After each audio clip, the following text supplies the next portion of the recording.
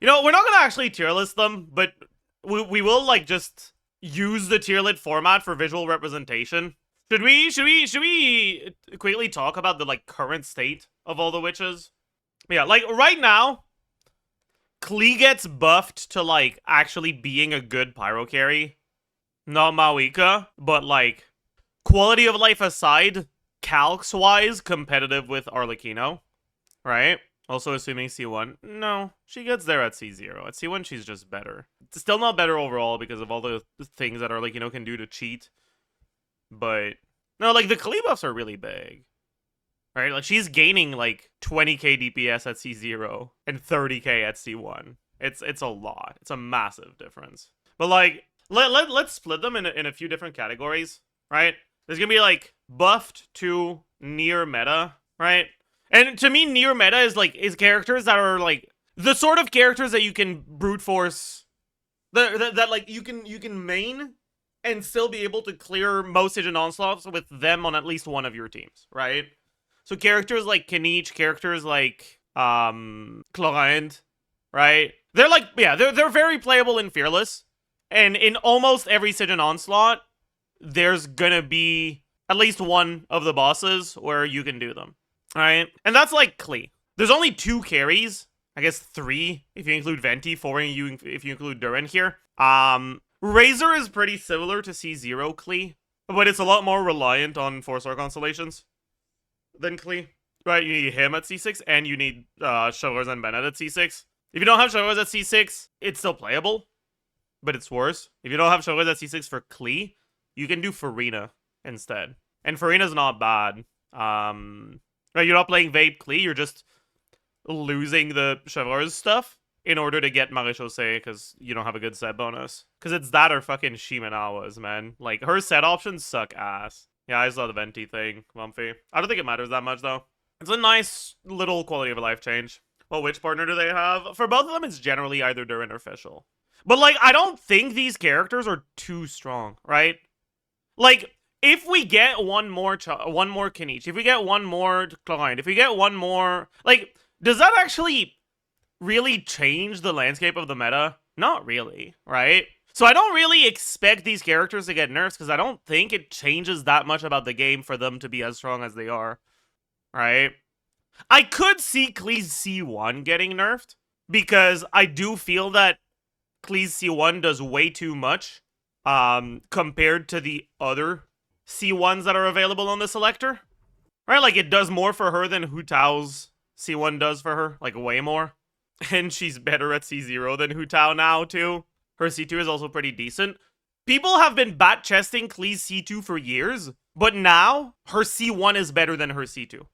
Like, her C1 does more for the team's DPS than her C2 does. They really... Bro, they gave it 60% attack for no reason, man. But anyways, I could see Klee C1 getting... You know, we're not gonna actually tier list them, but we will, like, just use the tier list format for visual representation. Yeah, so Klee is, like, buff to near meta, don't expect C0 changes, maybe C1 nerf, right?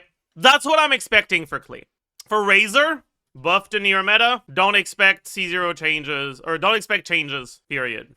Isn't her C1 still weaker than modern carries? Yeah, but I don't know if they want to set a precedent for a character being significantly better at C1 than C0 that is actually a relatively meta character, where you can get the C1 from this, and so it feels like if a new person wants to get them, they'll have to get them and use this selector on them, so they won't be able to get progress done on the other characters they like. I don't know if they want that to be a thing. If they do, then they'll keep the C1 as it is, but they might not. No one will pull someone like Chlorinde if Razor is better or the same. The thing is that Razor's teams... Okay, Chlorinde teams, if you don't have cons on 4 stars, you can do like Chlorinde, Nahida or Llama, Farina +1, right? Like, you can do a Quick Bloom Chlorinde team, and it's like, what, 70-something K, 80k? It's not good, but it's, like, playable. Razor, if you don't have cons on your 4 stars, is 40k. It's 40k. It's really bad without the 4-star cons. Like, people have been talking about Veresa reliance on 4-star cons. It is nothing compared to Razor. And in Razor's case, Chevreuse is the least important of them. Losing cons on Bennett and not having all the cons on Razor is actually a bigger deal than not having Chevreuse C6. And it's not because Chevreuse C6 is worse than usual, it's because the other 4-star cons are even more important than usual. So, what said is better for Razor, Echoes, or Gilded Dreams? They're basically the same. Stats that increase Razor's talent damage are better than EM on him, but the way that the artifact sets are balanced, Gilded Dreams gives you a lot more stats than Echoes does, than, like, TF does. Like, there's just no set that gives Razor a lot of the stats he actually wants. And so you end up with Gilded Dreams being, like, 1 or 2% better, just because it's a better set overall. Not because the stats it gives are better. Kind of like the same way that Long Night's Oath is better than Vermilion on Chao. Not because damage percent is better than attack, but because 100 is a lot bigger than 66, right? Even 85, if you only get 4 stacks, is bigger than 66. It's the same idea here. Is there even room to grow for a Razor team? Like, hitting your peak at 100, 105k DPS with all 4-star C6 and Battle Pass weapon is kind of eh. Yeah, like, it's not that good. Like, that's fair. I don't think... That's why I don't really expect Razor nerfs, right? 100k, if you show that to someone a year ago, they're like, oh my god, that's crazy, right? Like, yeah, sure, Malika leaks are showing her at, like, 110k DPS with 2 melts. But she's gonna get nerfed anyways. So, like, 100k is crazy, right? This Razor character would never make it to live. We're not a year ago anymore, though, right? Malika made it to live. People realized that leakers suck at the game, and that it's actually really easy to get 4 melts. And then they released Skirk, right? They released Veressa.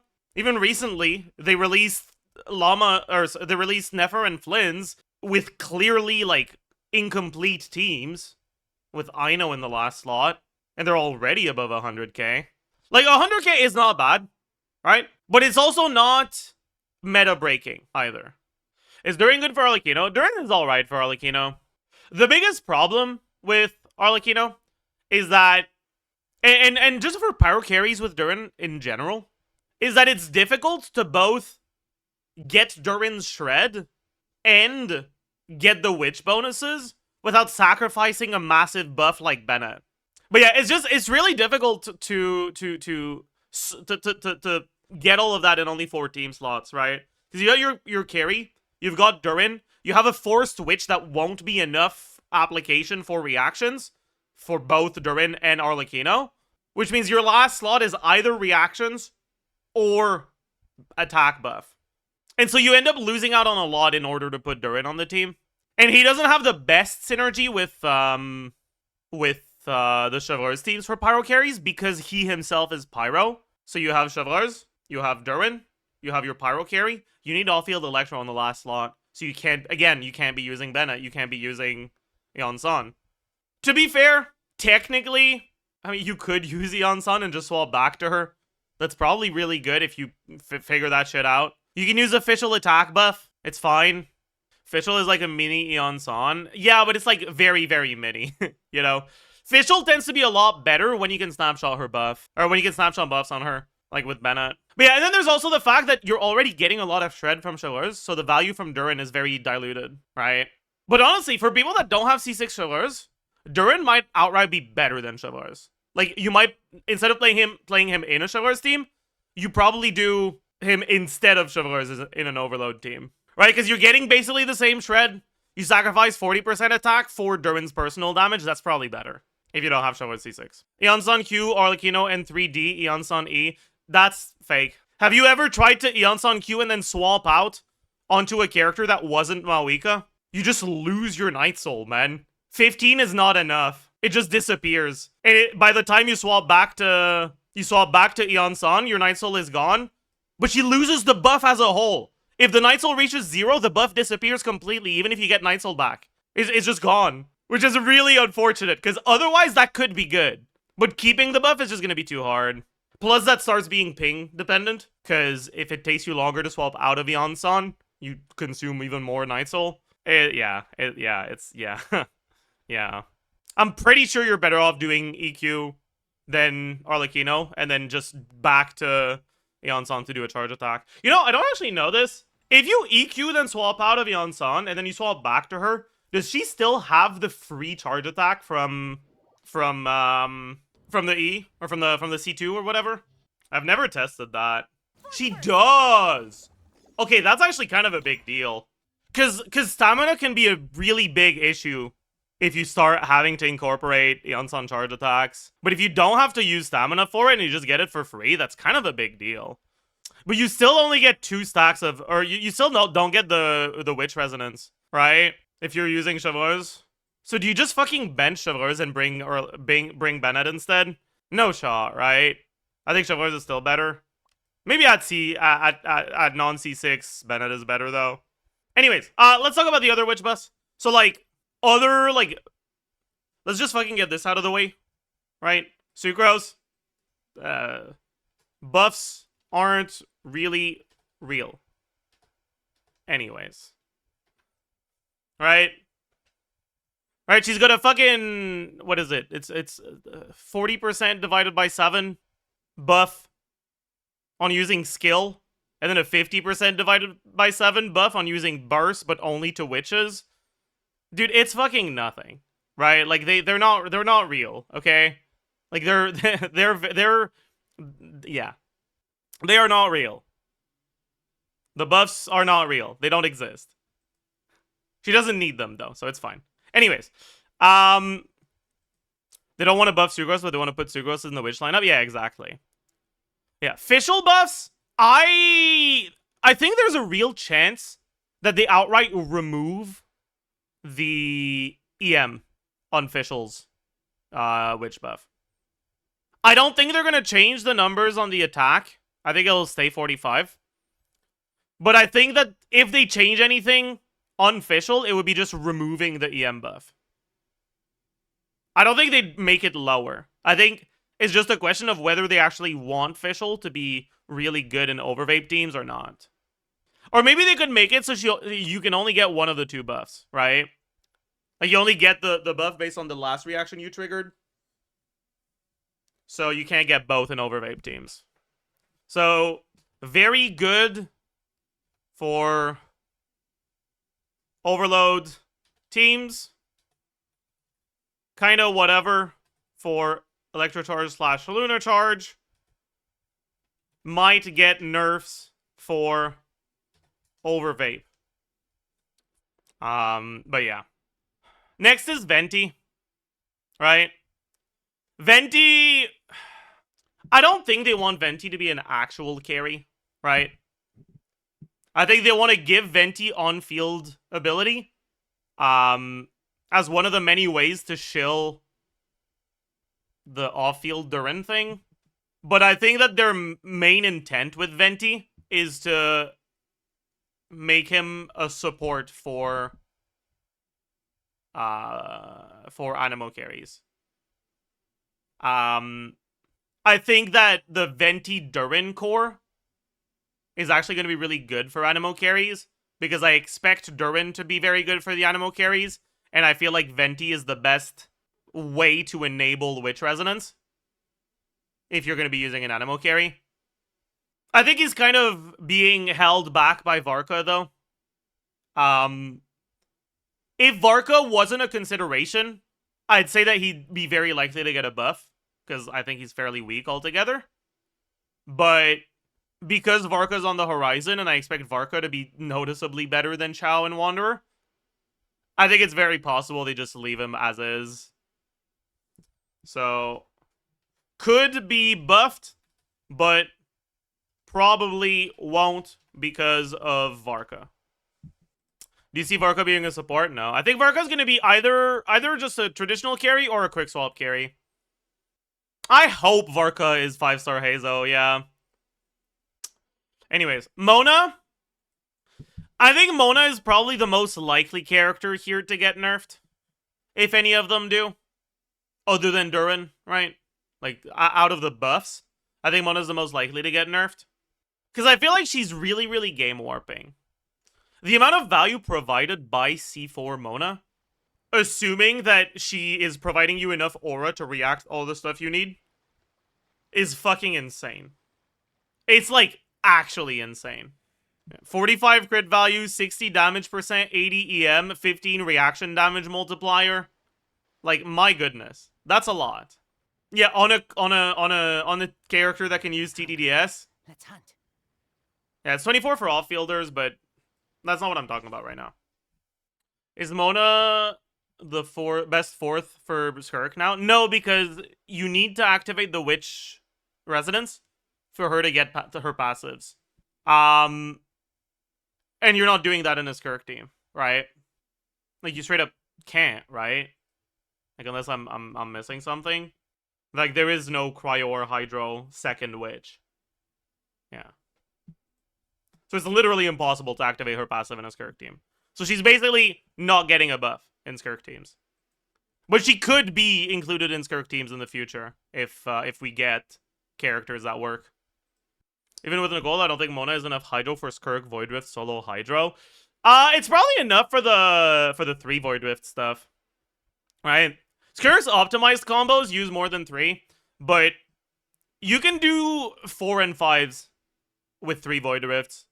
And with 4 and 5, you're also spending less time on Skirk, so the rotations are shortened. So it's not that much worse than her optimized combos. Fucking wall cancels aside, right? It's usually what I do, because it's just so much more chill for gameplay to just do 4 and 5. And Mona can definitely get you enough Void Rifts for 4 and 5. Anyways, so for Mona, either no changes or massive nerf. I don't expect her to get a slight nerf, right? If what they're intending is for Mona to be a game warping character, then she's doing the intended purpose. And if not, she is way too good. So they're gonna gut her. Realistically, I don't actually expect changes, but I'm kind of hoping for a nerf. Like, I think the biggest problem is that making the Omen duration longer makes the C4 so much better. And the C4 was already basically the best part of her. And then on top of that, they buffed the C4 directly for witches. I actually think that Mona's problem is her C4. Anyways. Next we have Albedo. Albedo won't get any changes. He's like... Albedo is like back to his release state, basically. Right? On Albedo release, the teams we had kind of sucked ass. So Albedo was a pretty reasonable character. He wasn't like all that appealing, but he was a character you could get and just put him on your team and have that work.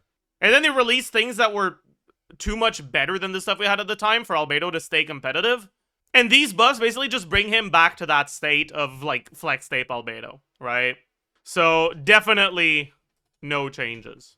They might give him quality of life stuff on the C4, right? Because the C4 makes him lose skill damage when you plunge, right? Right? When a nearby character jumps near the like... Are they called silver isotomas now? Okay, sure. When a nearby character jumps near a silver isotoma, the silver isotoma will be destroyed. So you just lose the damage from these things if you jump, which is dumb and stupid. Right, like you're basically losing the extra skill damage in order to allow yourself to get plunges. Which I think is kind of stupid. He now gains 240 from one flower and every plunge creates one. Every plunge does not create one. You create one every 2-point-something seconds, which means that you have to be plunging slower than once every 2 seconds in order to not lose the damage, which is never worth it, right? So you just lose the damage. I hope they change this, but yeah. It's not like it actually matters for most people though, so it's fine. And then Durin. Alright. Durin on-field nerfs. I am praying for on-field nerfs. I don't think Durin should be released in a state where his best team is on-field Durin. I think that would be fucking stupid. I hope they find a way to nerf his on-field without nerfing his off-field at all.